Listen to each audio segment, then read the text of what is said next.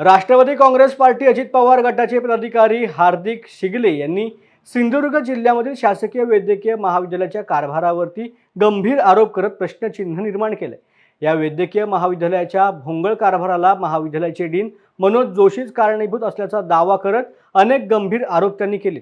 जर याची योग्य दखल घेऊन कारवाई केली नाही तर आंदोलनासोबत मंत्री हसन मुश्रीफ यांच्याकडे मनोज जोशी यांच्या हकालपट्टीची मागणी करणार असल्याचा इशारा देखील हार्दिक शिगले यांनी दिला आहे।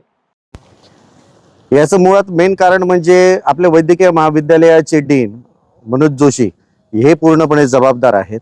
कारण यांच्या मनमानी कारभारामुळे आज लोकांना या सगळ्या संकटांना सामोरं जावं लागतंय। त्यांना व्यवस्थित आरोग्य सेवा मिळत नाहीयेत, व्यवस्थित त्यांना उपचार होत नाहीयेत। याचं पूर्णपणे जे काही गोष्टी होत आहेत या सगळ्यांना जबाबदार हे पूर्णपणे डीन आहेत। आता तुम्हाला याच्यावरनं तुम्हाला सांगतो की सिंधुदुर्ग शासकीय वैद्यकीय महाविद्यालयात मंजुरीला 8 डिसेंबर 2020 साली शासन निर्णय काढून एकूण 966 कोटी रुपये खर्चास मान्यता दिली होती। विद्यार्थ्यांसाठी आवश्यक त्या वर्गखोल्या नाहीत, वसतिगृहांच्या व्यवस्था केलेली नाहीत। या महाविद्यालयात नियमित पदे 564 मंजूर आहेत, त्यातील 34 पदे भरलेली आहेत आणि एकूण 530 पदे रिक्त आहेत। कंत्राटी पदे 522 मंजूर आहेत, त्यातील सर्व पदे रिक्त आहेत।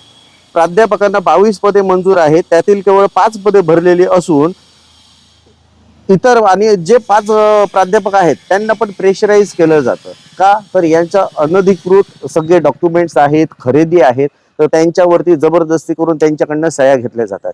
आता जो स्टाफ आहे तो पण म्हणतो की आम्ही आमच्या बदल्या करून घेतो, आम्हाला यांच्या अंडर काम करायचं नाही। वेगवेगळी निवेदनं इकडनं प्रशासनाला दिली जात आहेत, कलेक्टरांना दिली जात आहेत। आमचे वैद्यकीय मंत्री हसन मुश्रीफ साहेबांना पण दिलं गेलं आहे आणि हसन मुश्रीफ साहेबांनी आयुक्तांकडे तसं त्वरित याची चौकशी करावी असं रिमार्क करून त्यांच्यापर्यंत आयुक्तांना ते पत्रव्यवहारही केलेला आहे।